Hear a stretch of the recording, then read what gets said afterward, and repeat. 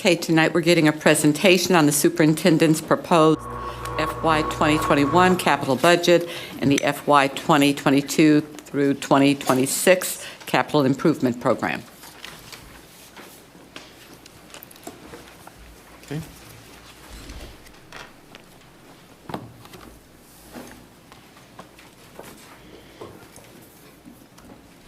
I'm going to go ahead and start. Board members, good evening. This afternoon, I will present my proposed FY 2021 capital budget and FY 2022 through 2026 capital improvement program and the FY 2021 through 2030 long-range master plan. My proposal supports our strategic call to action to facilitate high-quality instructional programming in an inclusive, nurturing learning environment. You will see that the proposal addresses projected student capacity and existing facility needs in order to relieve crowded schools and support rapid enrollment growth. Before I begin, I want to direct your attention to an article published in the Howard County Times website on May 1st of this year covering the work session held by the County Council. During that work session, I acknowledged while the 2020 allocated dollars for the several construction projects, if the funding wasn't feasible for 2021 and 2022, costs would balloon. Unfortunately, after conversations with the county, that is where we find ourselves. We have an articulated 10-year plan, but every year it changes based upon the fiscal realities of our county. My proposal reflects my conversations with the county and my understanding of what the school system will receive in bonded appropriations.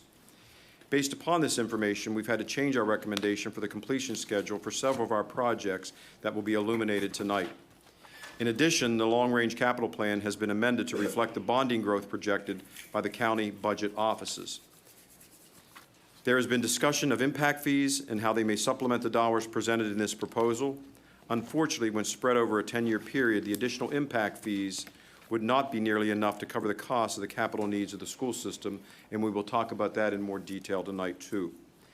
The construction of the new high school, number 13, scheduled to open in September of 2023, has been this board's highest priority project in FY 21-21 budget proposal based upon enrollment projections. This project is scheduled to proceed as originally planned and is required because the combined capacity of all high schools will begin to exceed 110% utilization by 2022. And we'll talk about that in more detail as well, where we are with the actual project moving forward. Again, unfortunately, due to the lower than anticipated funding, certain projects included in the long-range master plan have had to been delayed from the original completion date. This possibility was discussed again with the Council on April 29th work session, as well as the board in the spring. At this time, we are going to go through in a very clear way in our presentation, walking through my FY 21 capital budget and the FY 2022 through 2026 capital improvement program in the long-range master plan. So at this point, I'm going to ask Mr. Daniel Lubley to present the overall presentation, and this is a work session for us to have interactions between, and we would want you to do your presentation and ask for notations of questions as you go, as we can move through this entire presentation. Thank you very much. Dan. Thank you, Dr. Martirano. Good evening. I am Daniel Lubley. I am the Acting Director of Capital Planning and Construction. It is my pleasure to present the Superintendent's proposed FY 2021 capital budget, the capital improvement program for the FY 2022 through 2026, and the long-range master plan for the FY 2021 through FY 2030. This evening's presentation will be slightly different than previous iterations, as we will look at two budget scenarios. First, we will review an originally planned proposal based on last year's board's decisions. Secondly, I will present the superintendent's scenario, which is reflective of information provided by the county. As a result of meetings and collaborations with the county, we were informed the anticipated funding level for the FY 2021 and beyond will be similar to prior funding levels. It is expected that the county's contribution will be between $41 million and $47 million. To start, I'd like to take a moment to acknowledge the hard work of the capital budget development team. The staff members above put a tremendous amount of time and effort throughout the budget process. As with everything we do, the capital improvement program aligns with the goals of the Howard County Public School System strategic call to action. The projects in the budget support the objective to create an organizational culture and climate that are supportive and nurturing to provide safe and healthy environments for students, staff, families, and community members. We began the FY 2021 CIP process by looking at the board's FY 2020 decisions and created the originally planned proposal shown here and on the next 3 slides. For clarity, this scenario can be identified by the date of September 5th, 2019 at the top right of the slide.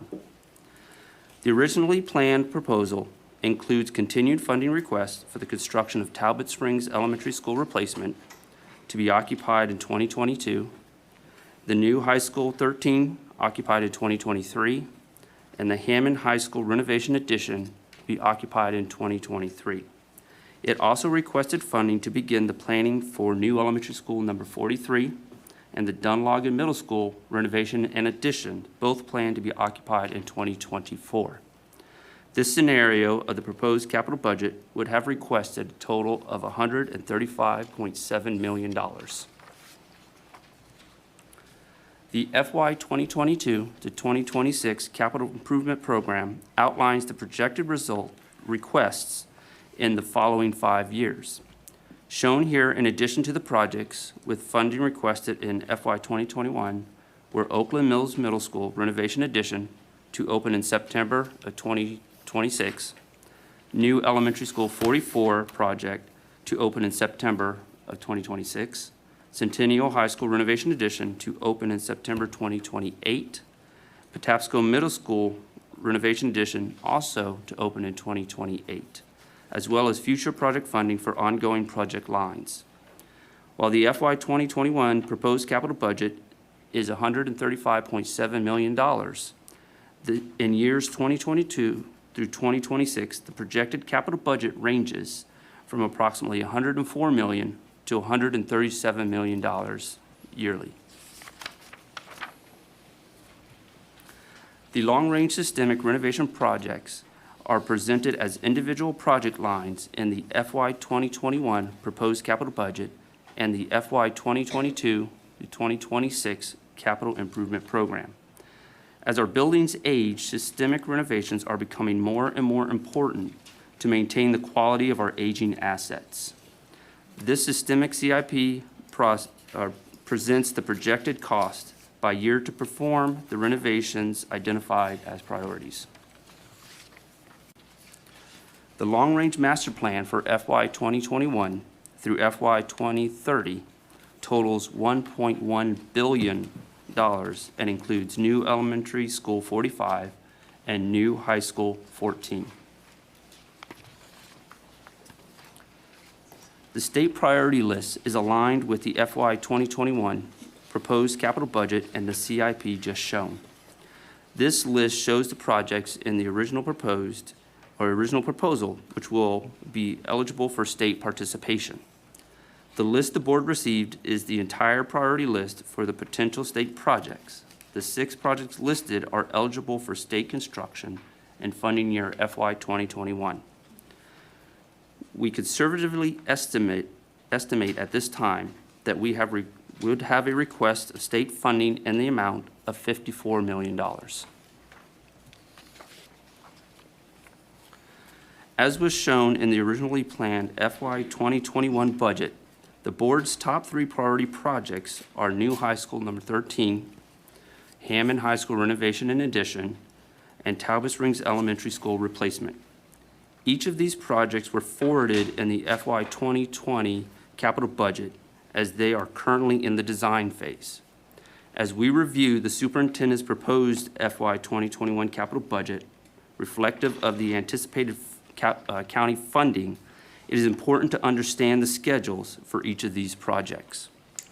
As we can see here, each project is scheduled to be presented to the board in the next 3 months, with the first being New High School 13 on September 19th. New High School 13 and Hammond High School renovation addition are currently in the final phases of design and are planned to go out to bid in November 2019 and January 2020, respectively. It is at this point in the schedule where the funding becomes critical for projects to proceed forward into bidding and construction.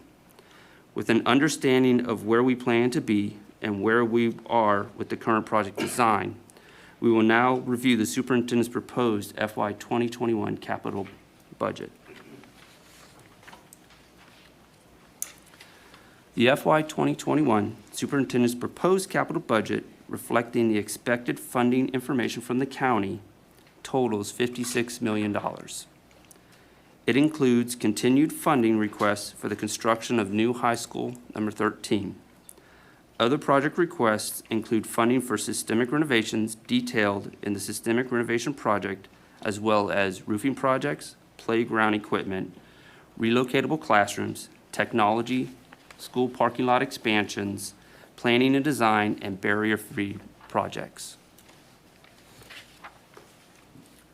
The FY 2022-2026 Capital Improvement Program outlines the projected requests in the next 5 years. In addition to new high school number 13, with funding requested in FY 2021, our Hammond High School renovation addition to open in September 2026, Talbot Springs Elementary School projected to open in September 2027, new elementary school number 43 to open in September 2028, as well as future project funding for ongoing project lines. While the FY 2021 proposed capital budget is $56 million, in fiscal years 2022 through 2026, the projected capital budget ranges from approximately $72 million to $92 million each year. Again, the long-range systemic renovation projects are presented as individual project lines as seen here. While adjustments were made to individual project lines, it is critical to remember that as our buildings age, systemic renovations are becoming more and more important to maintain the quality of our aging assets. This systemic CIP presents the projected costs by year to perform the renovations identified as priorities. The long-range master plan through FY 2030 costs $775 million and includes Dunlogan Middle School renovation addition, Oakland Mills Middle School renovation addition, and new elementary school 44. While it is difficult to confidently anticipate the possible funding for out years as the funding variables will continue to change, we will continue to adjust the out years requests based on future needs, priority changes, and available funding sources. The board must also approve the state priority list for the state capital budget request. This must be approved prior to the submission date due in October. The state priority list is aligned with the FY 2021 proposed capital budget and CIP. The list the board received is the entire priority list for the potential state projects. 2 projects listed here are eligible for state funding in FY 2021. We conservatively estimate at this time that we will request state funding in the amount of $10 million. As we proceed with the state requested process, we will keep the board updated. Now we'll take a brief look at the projects included in the proposed capital budget. New High School 13 will be a new facility providing necessary capacity to accommodate the growth at the high school level in HCPSS. The total project estimate for High School 13 is $140.1 million. The project is currently scheduled for completion in September of 2023. The FY 2021 proposed budget includes $34.8 million to begin construction in May of 2020. The sale of the property to the county is on track to take place later this week, with a county council resolution in October to transfer the property to the school system. Systemic renovation projects include projects that are needed to bring older facilities up to current standards in lighting, electrical, HVAC systems, reconfiguring space, and providing for upgrades to other building systems. The project also requests emergency reserve funding in order to be prepared for unforeseen system needs, as well as a local match for state incentives to gain additional state funding dollars where available for eligible projects. Projects scheduled for systemic renovation in the FY 2021 have a proposed budget of $13.9 million. Roofing projects are essential to protecting the entire building.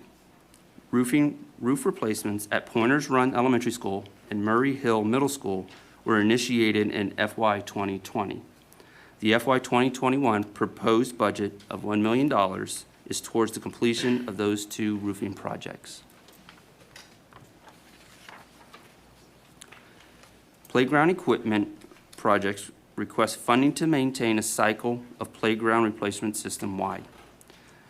In FY 2021, $250,000 is adequate to replace both a kindergarten playground and a grade 1 through 5 playground at one elementary school.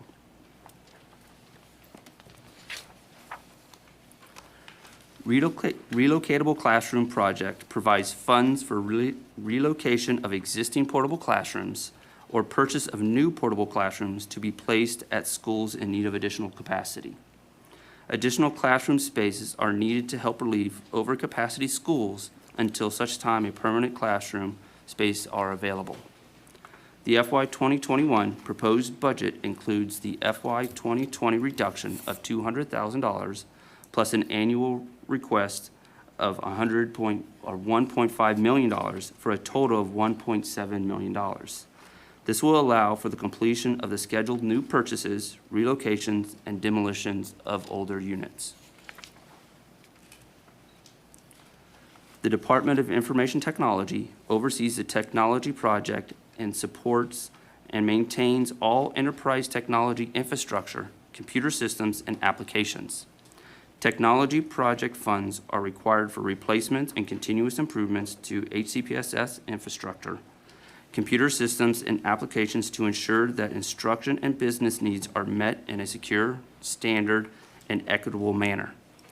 The FY 2021 proposed budget requests $3.75 million for the incremental rollout of the following key projects: telecommunication systems, cybersecurity, enterprise printing, and student devices. Planning and design project allows for scope studies to be conducted before a project receives funding in its own project line. Some of the benefits include the ability to ask technical questions before a formal design process, discover unexpected design circumstances in existing buildings, selecting the most advantageous project scope, and can significantly reduce the number of change orders needed during the construction phase of a project. The FY 2021 proposed budget request is $400,000. The barrier-free project is used to implement needed ADA requirements in current buildings as access issues arise. The project did not receive funding in FY 2019 and FY 2020. The budget request of $200,000 is requested in the FY 2021 to restore balance in the barrier-free projects for upcoming building adjustments. On September 19th, there will be a public hearing and work session for the capital budget. The board will be asked to approve the FY 2021 capital budget and state priority list. This work session and approval is timely with regards to the continuation of current schedules for new high school 13, Hammond High School renovation addition, and Talbot Springs Elementary School replacement. On October 3rd, the County Council will hold their review of the capital budget, and the Planning Board will hold its public hearing. On February 13th, 2020, the Board will adopt the requested capital budget, which will be submitted to the County Executive and the County Council. Following this submission, the next scheduled meeting is a public hearing on April 30th, 2020. The Board will hold a work session on May 7th if necessary, and is scheduled to adopt the FY 2021 capital budget on May 28th, 2020. Thank you for your time and attention. I'll be happy to address any questions that you may have. You just read that again, enter that into the record. Correct. The September 19th is a public hearing, a work session, and approval of the FY 2021 capital budget and state priority list. Ms. Coombs? Thank you for presenting this tonight. I think, Sorry, I wasn't in front of me. I think we can all appreciate the fact that we're in we have a budgetary problem. I still want to encourage Talbot Springs. That facility needs to be redone. But as far as a question that I have, on the 21-26 long-range systemic renovation projects dated today, Yes, ma'am.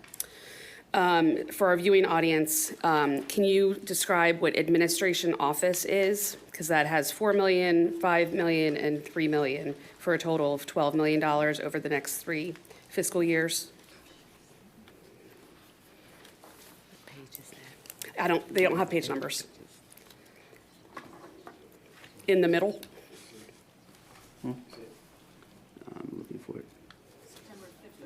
10th. September 10th, Uh-huh. 21. It's the one that has 145,383,000, or billion, sorry. Yes, ma'am, I see that. Okay. The 4 million, 5 million, and 3 million, which equals out to the 12 million, that is for the maintenance of this existing facility here. Okay, so that's just maintenance, that's not any, That is not a replacement or a full renovation. That is for maintenance efforts of this facility. okay.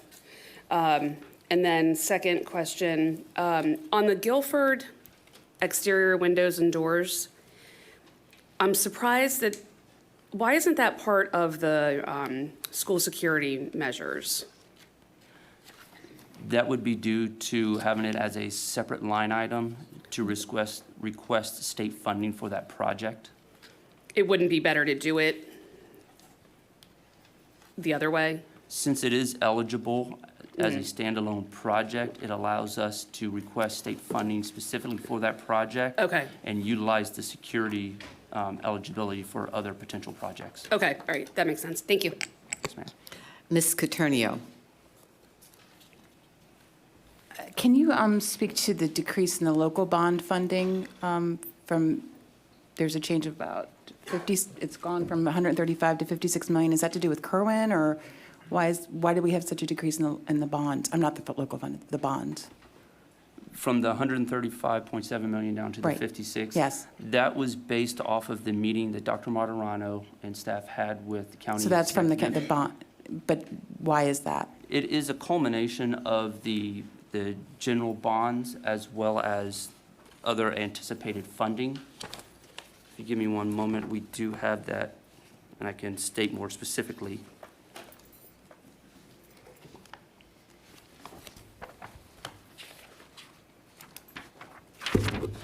In meeting with the county executive and their staff, they are anticipating that the general obligation bonds will be between $35 to $40 million, and the transfer tax will be between $6 to $7 million, and that equates out to their anticipated funding of the $41 to $47 million.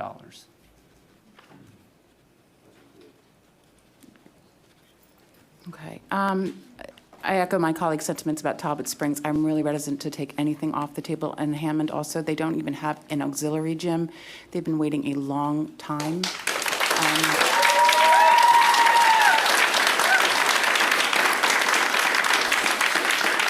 I mean, I have all of our long-term plans from 2006 on, and they're on there. And so is Oakland Mills High School and Oakland Mills Middle. So it's extremely frustrating. And also to Talbot Springs, I testified as a private citizen for Talbot Springs because of the indoor air quality issues they have at that school, and to press for a replacement. And those issues continue at that school today.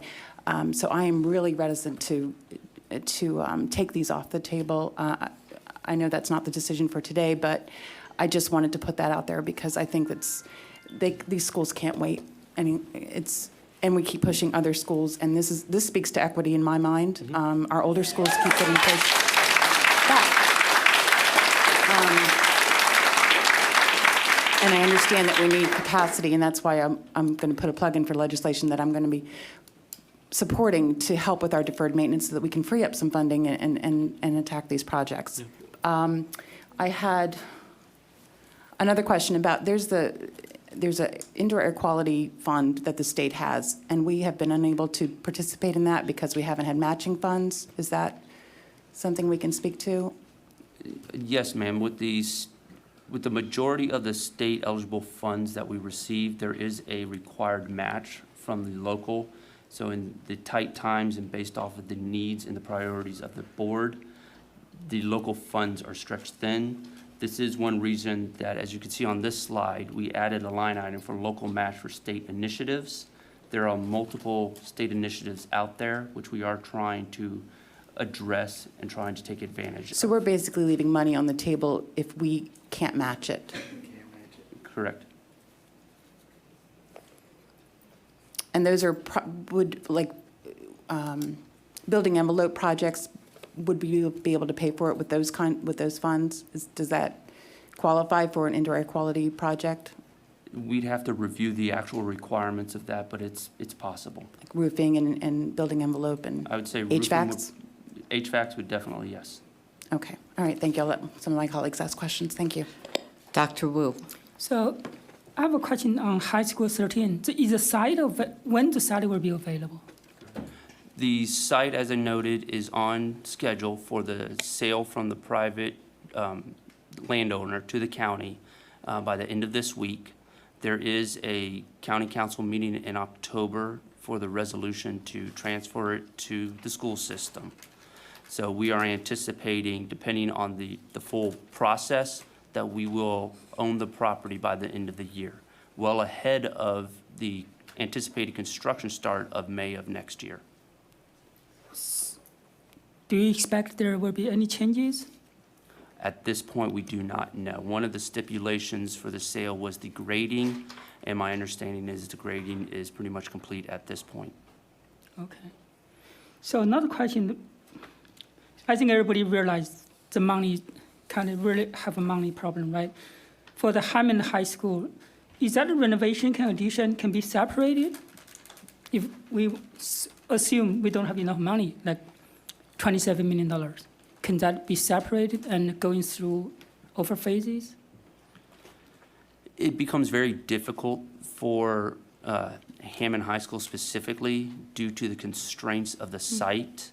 The best way to address that project is to keep the renovation and addition as one project. While it does increase the scope and the cost of the project, it would become very difficult to add something on to that project due to site constraints and the necessity of the fields that they have there, and then do a renovation later.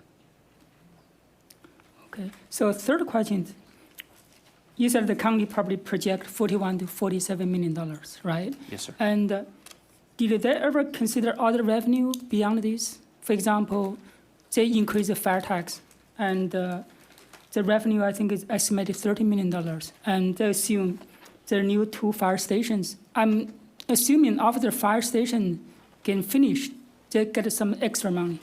And can they get some funding from that side to help build school? What I want to provide is some additional instruction on these questions that you're asking. I agree with everything that you said, Ms. Cotroneo. These are painful decisions, and I'm having a hard time remotely even having the discussion about removing any of these projects. But the bottom line is we have a dollar amount that has been communicated to the board. And so we have sliced and diced every way that we possibly can to think about how we can advance certain projects. I think it would be helpful to say, if we look at the high school, how much money is left over that would allow us to look at Systemic, Hammond, and Talbot.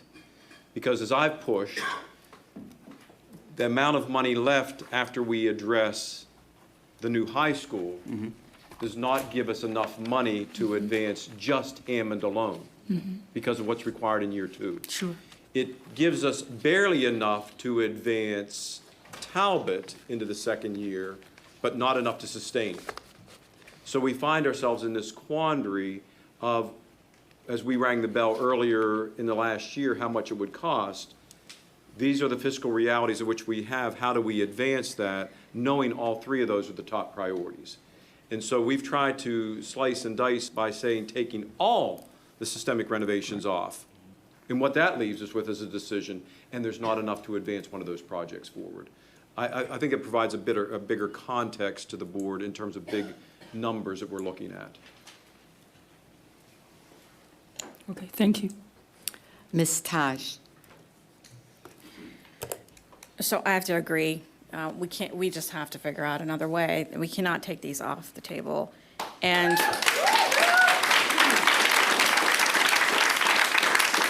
I had a lot of calls from the community, and I talked to Opal and I talked to Christiana, and both of them do not, I mean, the council does not want to take this off the table, and the executive does not want to take, nobody wants, like you said, nobody wants to do this. And so I think that our next, I mean, this just came out, so we're all sort of reacting to it, and I think it's important to remember that we are, we just had this conversation today. It is an equity issue, absolutely. And how do we come together as a board, a county council, and a county executive to work together to figure out solutions to move forward? And I really think this is an opportunity where we can do that. And Christiana said, let's definitely put this on the agenda at our next board and council meeting and explore solutions. I think a lot of what we're saying right now is, could we do this? Could we do that? Where are the bonds? What have they historically been? How can we, what is our payback amount? Like, can the county afford it? I think all of those need to go into this conversation before we elevate to a level of Exactly.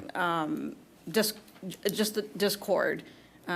So I want to say, let's go in this in a collaborative, open way and try every way with each entity working together to see what we can do, and let's figure this out. I mean,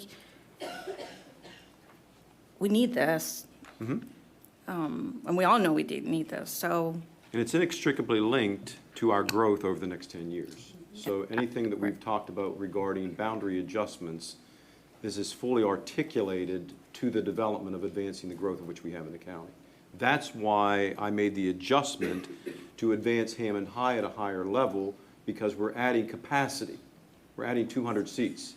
Why I made the decision to recommend to the board to have a replacement school for Talbot Springs as opposed to a renovation was, one, efficient use of resources for a $10 million differential in the initial outlay, but it will add an additional 160 seats. So all of those in combination with the 13th high school add additional seats to our county to help us address the bigger problems that are addressing this too. So I just want to add all of this into the total mix, and why this conversation is hard. Is the total capacity for Talbot's 540 or one? It's hard. Is the total capacity for Talbot's 540 or one? What is the total capacity for Talbot's? With the current design, the total capacity would actually be 585. And how many seats are we adding? 240? No, 100 It's about 160 seats. 160 overall. 160 we're adding, Correct. and current capacity, Current what? capacity is, I have to look exactly Okay. the exact number, but it's down, it's in the high range of 300.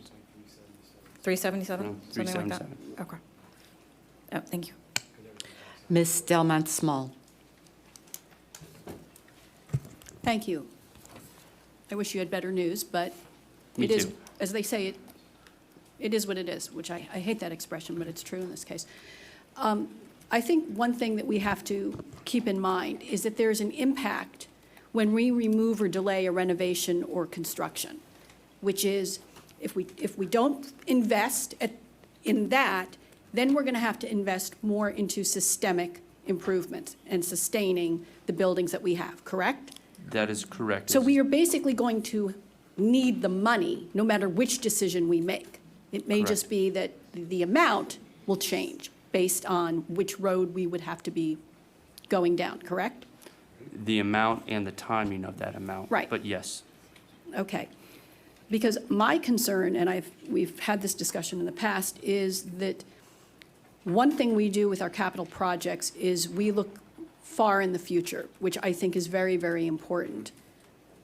However, I am not optimistic as to the funding in the future. And that is where I'm concerned, is that we have the best of intentions and we know what we need, but we as the Board of Education do not have taxing authority. All we can do is go to the county and the state or whoever else will give us funding in order to do these projects or the renovation, correct? Correct. So I think I appreciate the fact that our other elected officials want to work with us, but the reality of this still is our job as the Board of Education and the superintendent and the staff is to say, these are what our needs are. This is how we, as those who have the job of deciding what works best for every student in Howard County and how we give them the environment in which to learn, whether we do A before B or B before C and so on and so forth. But no matter what decision we make, we are going to need money in order to make that decision. The other challenge that we have is that the children keep coming.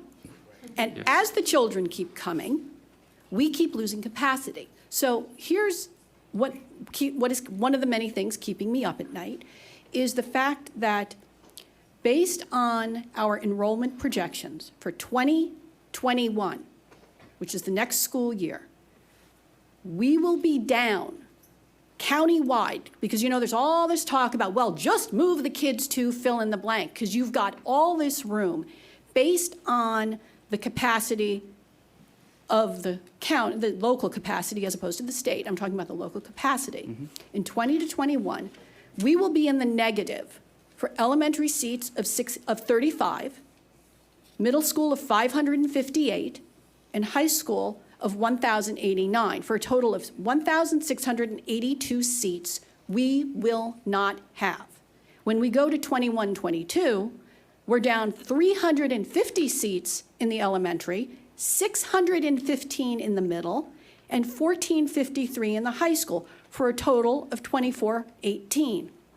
When we get to 22-23, we're down 347 in elementary, 694 in middle, 1,804 in high school, for 2,845. Now, when we get to 23-24, based on our previous schedule of our Hammond and Talbot and high school number 13, we're still down 694 in elementary, 569 in middle, and 328 in high school. So even if everything was perfect, even if we had the money for the projects we have now on our list, we are still operating in the negative. So I want everyone to hear this, because we don't have capacity. And the thing is that when the children show up at the door, we must educate them.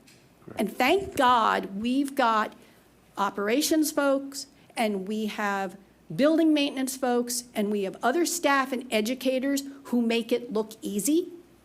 But we are getting to a point where the physical constraints are going to start to tax us. Correct. So the question becomes, not only for this body, but at the county level, what are we going to do?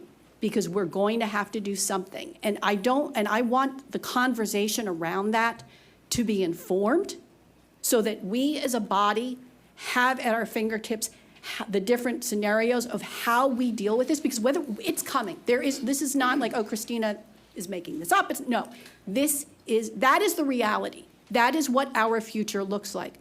So the question I think we have is, how do we prepare as a board and a school system in order to provide information to those who can provide us revenue as to different scenarios of how we deal with this moving forward. Yes. Because I believe we would be irresponsible and negating our fiduciary duty if we were not to look at this and start figuring out what we're going to do. Yeah. Thank you. May I go ahead and may I isolate that and put that on a video and run that on a loop, because you said a lot which is so instructive in there.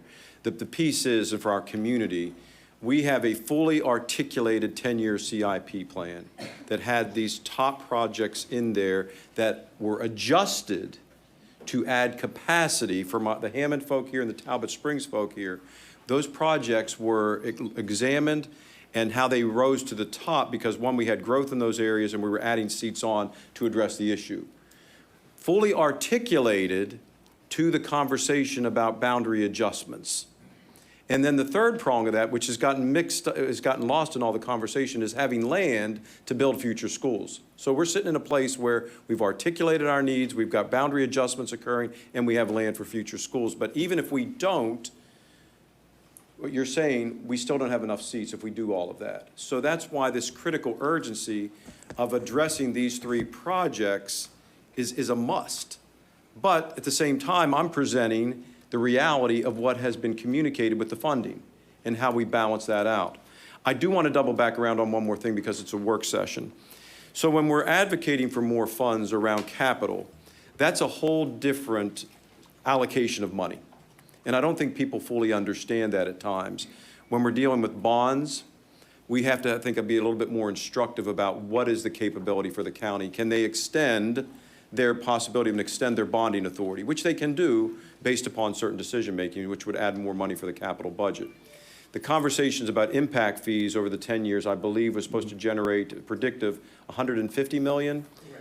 And so if you divide that out over the 10 years, that leads to $15 million. So how does that play? It's a help, but it's not enough to move a project forward at the level which we need. So it's all these moving pieces, but you've clearly articulated the fact of where the concern is for our seat capacity and our building. And so this is the first time we have those three projects in there that add capacity, not to mention commitments that have been made to the past about those projects. No, and I appreciate the superintendent, because, I mean, this is the other piece, is the whole money and land. We can't do, you know, they're married people. There's nothing we can do. They're not going to be divorced. So the question becomes, how do we do that? And I think the question from a county level is that how do we, by spending the funds for our schools, we are making an investment in the county, and we are making an investment in the schools, because people still want to move here because of the schools. Our schools are great. But we need relief. And this is, as I said, this is a much larger conversation that goes beyond this dais. But I think I believe we have to lead that conversation, and we need to go down there, which is why I am very hesitant to take anything off of what we send to the county, because our responsibility is to articulate what our need is. And I don't think we can back off our need, because I think we need to continue to say, this is our need. We understand, we're not happy about it, and we understand that there may not be funding for it, but I'm afraid if it falls off, people will forget. And completely concur, as we are having the work session on this. The other piece we have to add into the mix is that the advancement of the high school is now on a very systematic, calendarized approach. We break ground in April of 2020. The other ones on our timeline too, but certain amount of funding has to be there to keep them on schedule. And so we have to keep that in the back of our mind. We can keep this on for now, we can keep it on for a period of time, but at some point you have to have the money to keep advancing those projects forward. So the question tonight as I come to the board is, how long can we keep that on as our drop dead date? Because none of us want to remove them. It's just based upon the fiscal reality. And then the conversations that several of you were articulating, if there is any flexibility in the county to look at things to provide additional support that we need. Because at the end of the day, board members, I must be very clear about this. If that adjustment occurs, the need still exists. And it's only exacerbated further by the additional of 1,000 students every year. So I would also like to speak to this, and I must admit, I was surprised to see the change in the plan that pulled Talbot Springs and Hammond. And I'm happy to hear the superintendent say that maybe we can leave it on the table for as long as we can. We will be meeting with the county council just next week Wednesday, to talk about various issues and considerations. Is it the county council next week? Yes, delegation. The delegation, I'm sorry.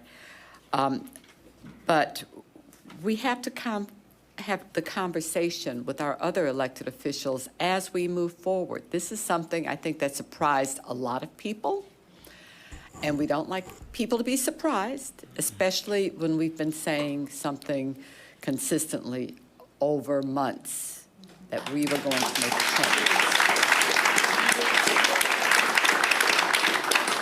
I too am concerned, as Ms. Taj, about the equity issue. Our neediest students not having what they need. So I think that we have, we just got this, just this week. I think that we've heard from almost everybody on the board in terms of their concerns, and since we are not voting on it today, I think that we've sort of made our feelings known. But I do have two more people. Ms. Cuternio. I really wasn't surprised because we talked about it in April and March.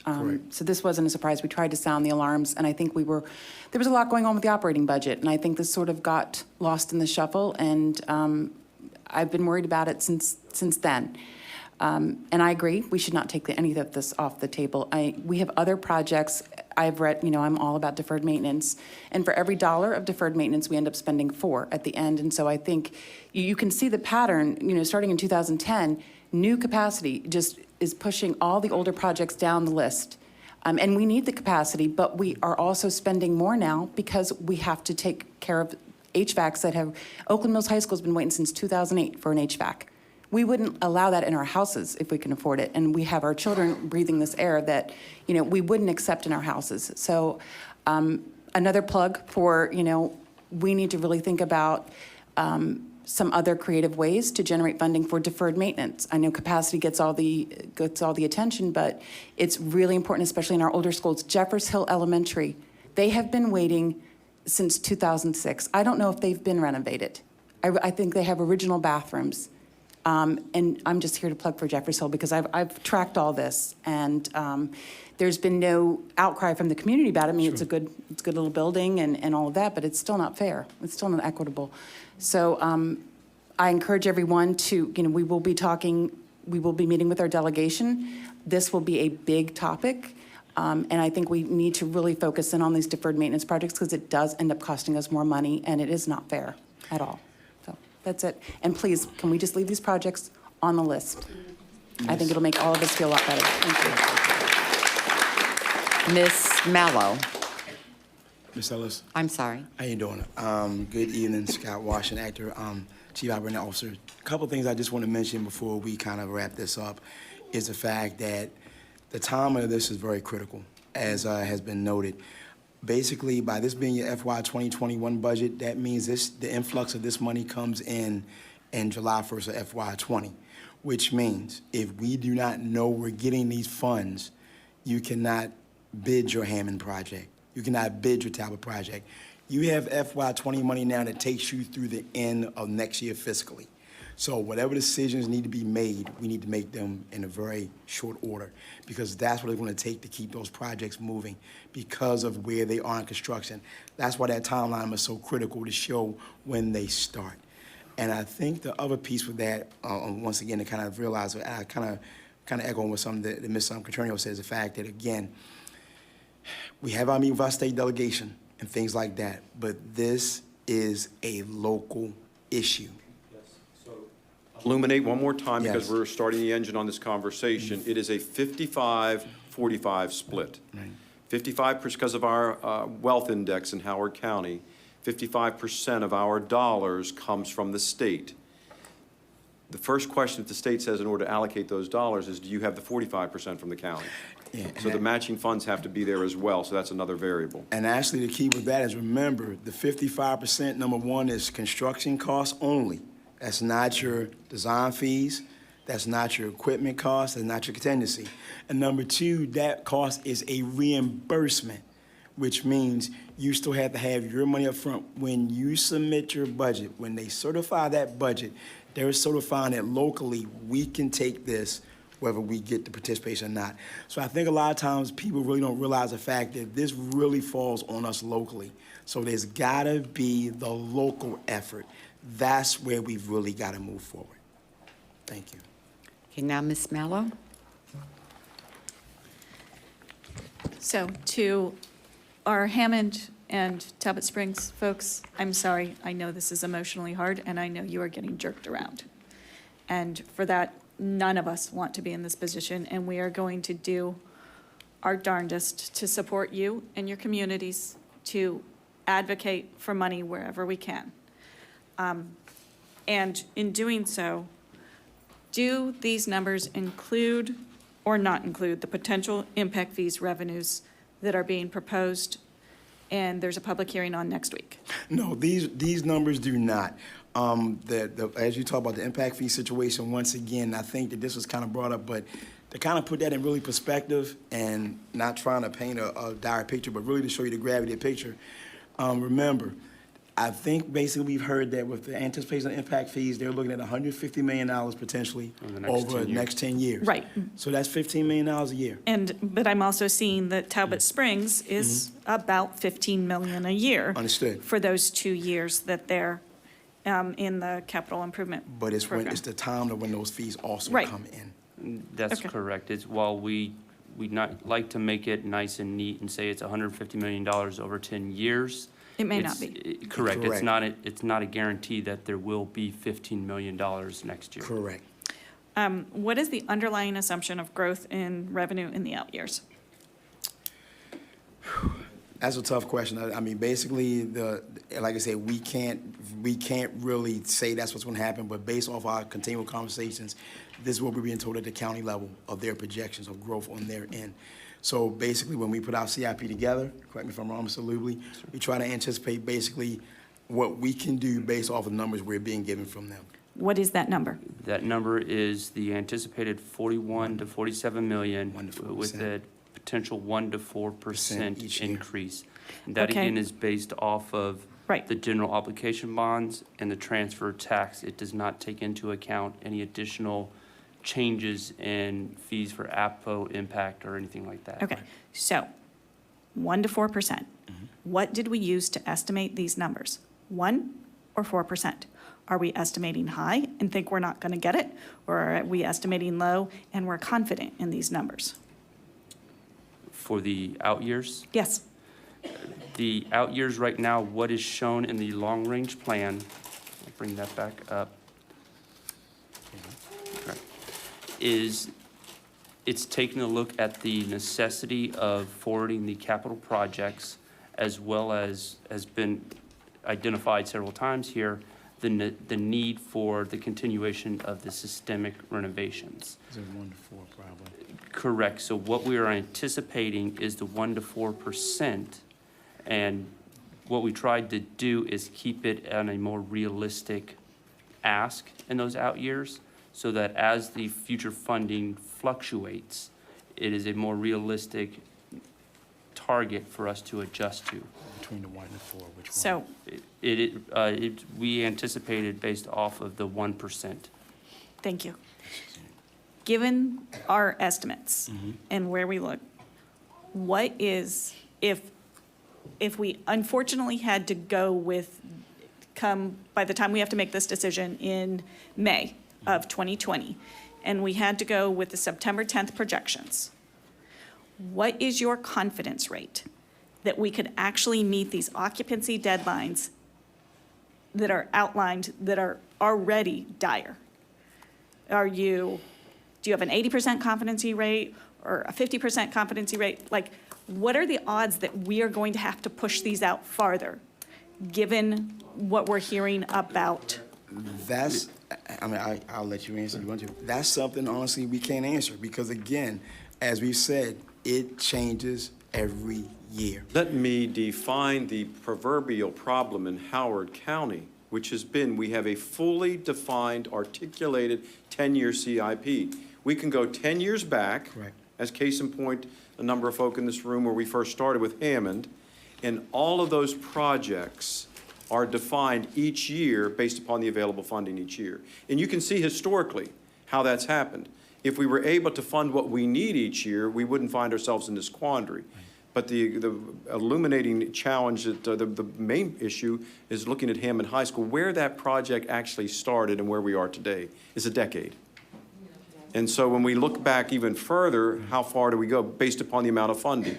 And what was occurring was growth was overriding all the renovations and things such as that. That's why we added in the capacity, because it was one needed, Sure.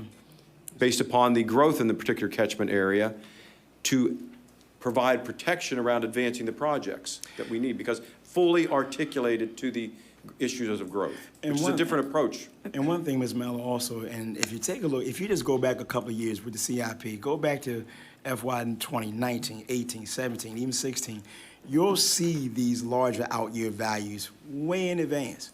This is nothing new, so basically it's been shown. So basically it's a matter of preparing for what was already shown.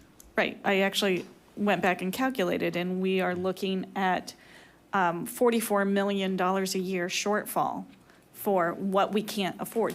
But what I definitely don't want to do is Sure. say to the Hammond community, Understood. okay, we've had to suck it up, we've pushed it out to 2026, and then in May or September of next year go, oh, I'm sorry, now we're at 2028.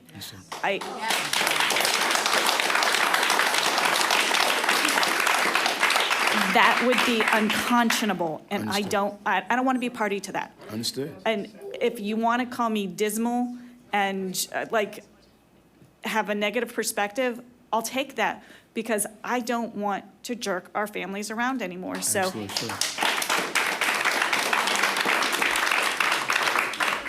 So as we're moving forward, can we make sure that we're trying to, if we're given a 41 to 47 million is the estimate that we're going to get from the county from the GO bonds, then let's use the 41 and say, hey, if you find more money, here's what we can do next. Because then at least we're having management reserve, and Sure, we're much more understand that. conservative. Understand But, okay, thank you. Okay, so we're going around for another bite at the apple. Ms. Delmont Small?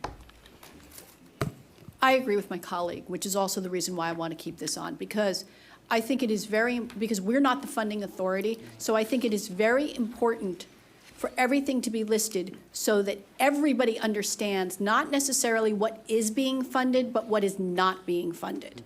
Because that, when push comes to shove, that's really why you are all sitting in this room, is what is not going to be funded. And the reality is, something will not be funded. But I want to make sure that everybody understands what decisions are being made. Because obviously, we want to fund everything, but we're constrained by the dollars. So my message to the community is to work with us in advocating for more funding, because that truly is the only way that we can do what we need to do. Because this is not something that occurred overnight, and we're not going to fix it overnight. But I think we have to start changing our perspective, and I think here, especially as far as the board's responsibility, be even more vigilant and more vocal about what our student need and what we want education to look like in the county and what we want that environment to look like. Ms. Coombs? Ms. Ellis? Oh, yes. If I just may amend that, I agree. I do want to just reiterate something that has been noted. When the community is advocating for additional funding, we do want to make it clear that this is a local issue. It is not a state funding issue right now. So any advocacy for funding should be at the local level. Which means our county executive and our county council, correct? Yes, ma'am. Okay? Okay, Ms. Coombs? Back to the long-range systemic renovation projects. I know we have a list of deferred maintenance that is organized more by priority and stuff, but could this list also be listed as what's nice to have versus about to happen? Which HVACs are definitely, for instance, the Elms HVAC replacement is listed as being fiscal year 2025. Is that because of the time that it was built? Maybe if there could be priorities of like what is about to break versus what's not, so that the community can also see that as to what is about to happen. And then if the administration office could be broken down by a little more specificity as well, so we could see what projects or what things are about to go wrong here, so that we could be able to prioritize them differently at a more granular level. Absolutely. We can work with our building services department to provide a clearer picture on these items. Ms. Caternio. Just a point of clarification, we can advocate at the state level just for enabling legislation, just like we did with this facility surcharge, and that's one of the things I'm working on is enabling that legislation to allow a bond to dedicate it to deferred maintenance, for example. And just a shout out to Mr. Washington and his team. They are working on a list of the deferred maintenance projects and priorities, and just to get ready for those conversations in the fall, because I think that is really important to know. We don't want to think about our things about to break, but we do know we have some very, we have some buildings that need more attention than others. So I just want to thank you guys for doing that and kind of working with me on that and our team on that. And thank you. That's it. Dr. Wu. I want to mention, at the state level, we actually can advocate for the matching fund formula to be improved. So our student population growth is much higher than neighboring counties, and that's not being factored in effectively to reflect that need. And we need to make sure our delegates hear that. Dr. Materano. Yes, sir. And I say that with all due respect. I have been advocating for that because we have to go before the state. And when we walk in the room, let's be honest, I don't get a lot of sympathy based upon the level of wealth and the perception about our county. When I talk about, my opening paragraph is usually about our growth and the rapid amount and how many students we've added each year. There is no place in the formula, because all this is formulaically driven, there's no place in the formula for that consideration to be given an additional advantage for us. And so our only recourse is more advocacy at the local level, because the application of the formula is strictly an algorithm that's applied to all counties based upon their wealth index. And so I can yell, we can jump up and down and talk about our growth, and they say, that's nice, but it has no bearing in terms of the decision-making, which is very frustrating. Sure. So my point is, when our local community meet our delegate, state delegate, right? That's a point of view, because whenever we build a high school, and you'll be filled out very quickly, and we just always catching up. That's the problem, right? We need to consider the growth in the formula. I'd agree, and there is the potential for advocacy at the state level for that formula and adjustment. I do want to point out, though, as I mentioned, there is the local match for state incentives. One of those incentives that Howard County does qualify for because of the growth is the EGRC incentive from the state. That is the enrollment growth and relocatable classrooms. But again, that is an incentive that requires that local match. And it won't take care of the problems. Correct. Okay, I'm seeing no more questions, so we want to thank you very much. We know that you will be back before us before too long. Thank Yes, you. ma'am.